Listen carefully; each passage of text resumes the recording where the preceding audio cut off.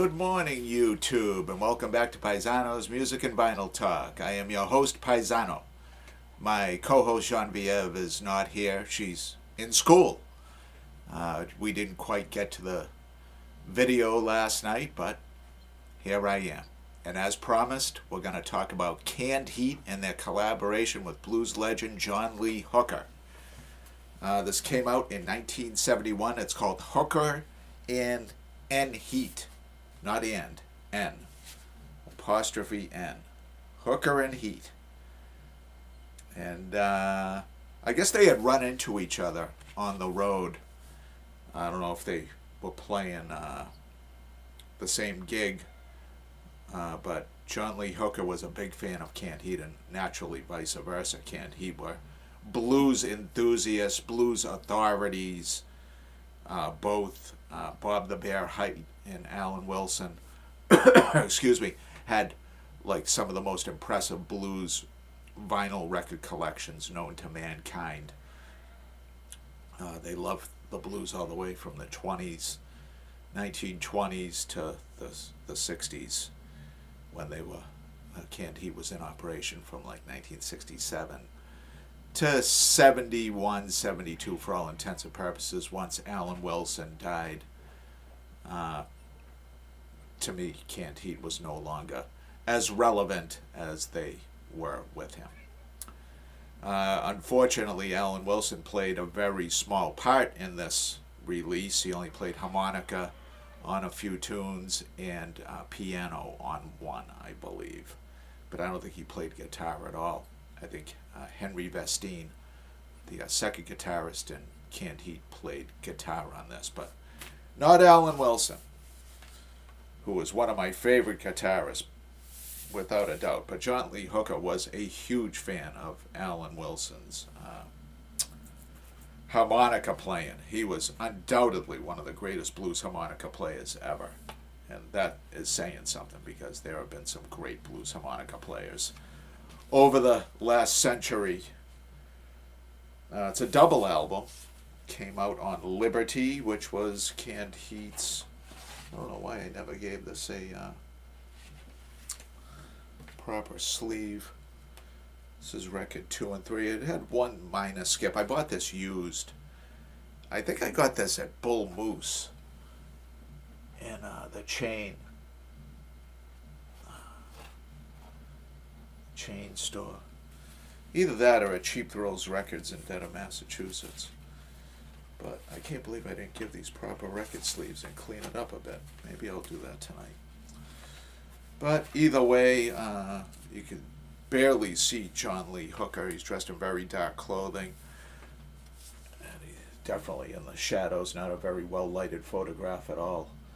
But he's sitting there amongst the Canned Heat.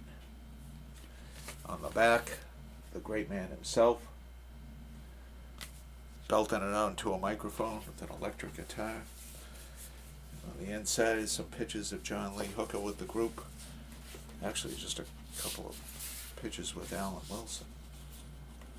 Don't see Bob the Bear Hite there at all. But it was an enjoyable listen. Definitely an interesting recording. Recorded very, very live. The first two records are strictly with John Lee Hooker, and the next two sides are with the band, leading up to a big Boogie Chillin' #2, which is a big rock and blues jam with the entire group and John Lee Hooker. Oh yeah, Bob the Bear Hite is there with the bottom picture there. I was wrong. Let's go over the track listing, shall we? But before we do that, let's talk about subscriptions. It's a very sensitive subject these days. I don't get any anymore. And I'd like to change that. Support Paisano. Come on. Been going on 3 years with my vinyl. And if you've been watching for some time and not yet subscribed, please do. But if you're new to the channel, welcome. We talk about rock and roll here. Always have and always will down here in the rock and roll dungeon. All right, that aside, let's talk about that track listing I've been promising you. Side 1, Messing with the Hook. The Feeling Is Gone. Send me your pillow. Sitting here thinking. Meet me in the bottom.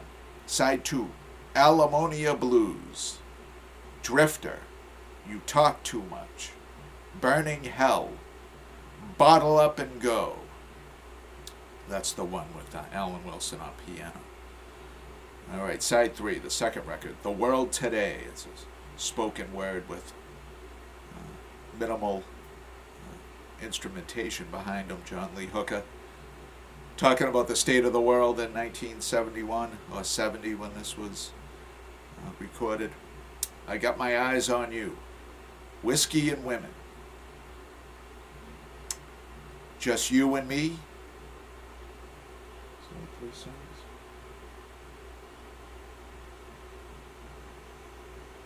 Yeah.